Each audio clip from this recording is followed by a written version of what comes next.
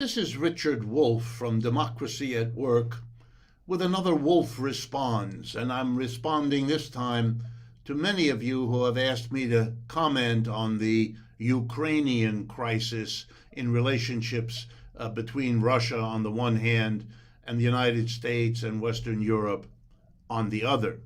And I'm glad to do so. I will not repeat what you can find in the mass media, who are whipping up pretty much of a hysteria around this issue, but I will try to shed light that you might not have otherwise seen focused on this event. So in no particular order, but in order to at least bring some level of reasonable sanity to this discussion, which is not easy when you have this level of drumbeats of war all around you, but I'll try. First, anyone who knows about history will understand that many, many wars or near wars are occasioned by the domestic political concerns of those who go to war. That's not new, that's not specific to the U.S., but it doesn't exclude the U.S. either. So let me begin by an observation which can be found in many, many places around the world, although it's kind of scarce here for reasons that will become obvious. Mr. Biden and the Democratic Party have suffered a series of stunning defeats. And those defeats are making Mr. Biden and the Democratic Party look weak and ineffectual, and for good reason. Let me go just through some of them. Build Back Better has been reduced to a vague shadow of what it once was. The commitment to protect voting rights of people who are being pushed out of their voting rights by the Republican Party, the ability of Mr. Biden and the Democrats to win that one is also gone by the boards.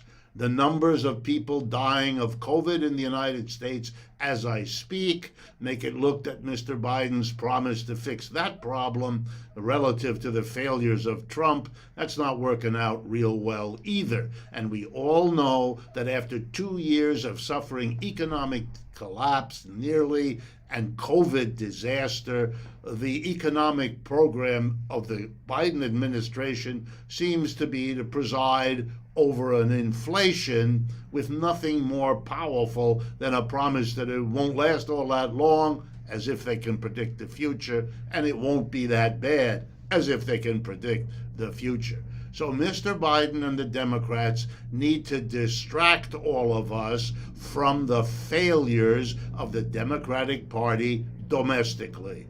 And many times in U.S. history, as in that of other countries, nothing works to distract attention so much as a nice, scary, foreign kerfuffle. And that's what the Ukraine, in large part, not all, but in large part, is about.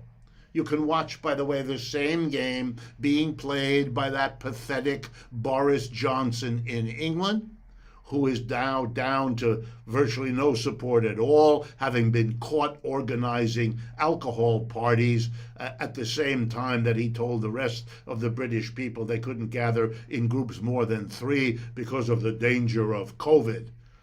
Having been caught, having been exposed as a liar repeatedly, having large numbers of members of his own party ask him, urge him to go, he needs to send weapons to the Ukraine and make as much noise as he can in the desperate effort to deflect attention from his domestic catastrophes. So that's one part of the story, but it's not all.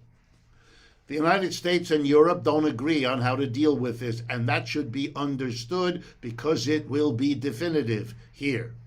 The United States wants what? A war with Russia. Guess where the war will take place? In Europe. The United States and Russia even get together to discuss and negotiate when the place where the damage will be done is in Europe. So the Europeans, guess what? They're not so eager for a war because they don't care to risk all that means for the country of Ukraine, with whom they have neither financial nor any other great shared interests. So the United States is going to have a problem with the Europeans. It already does.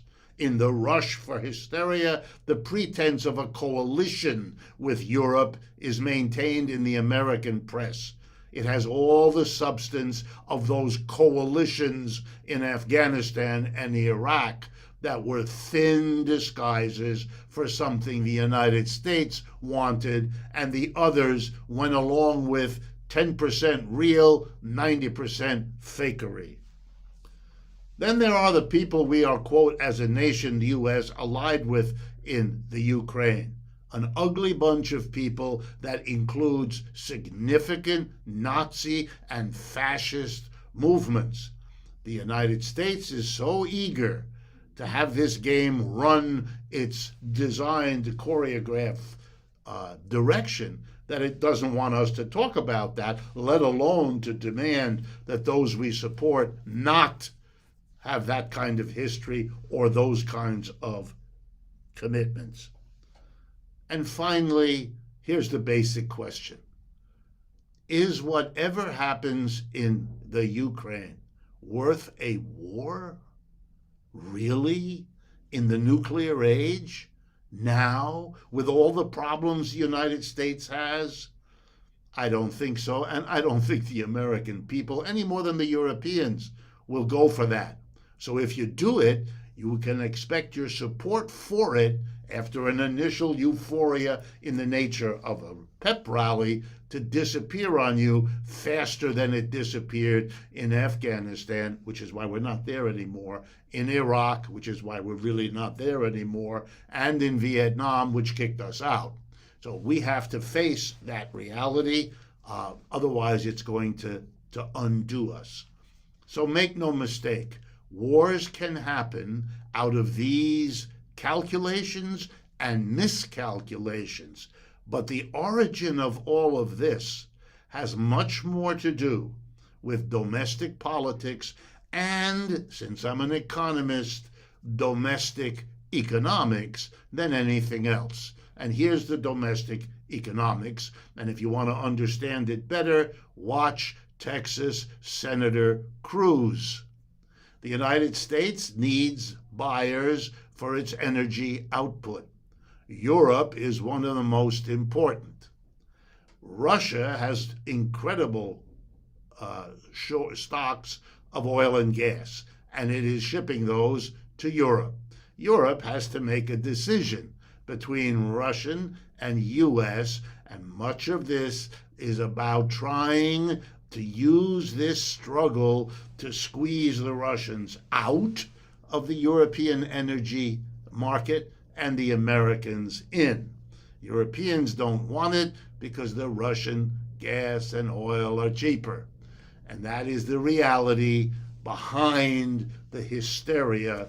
And I hope that these considerations will add something as each of you think about and deal with the risks we all face as this plays itself out.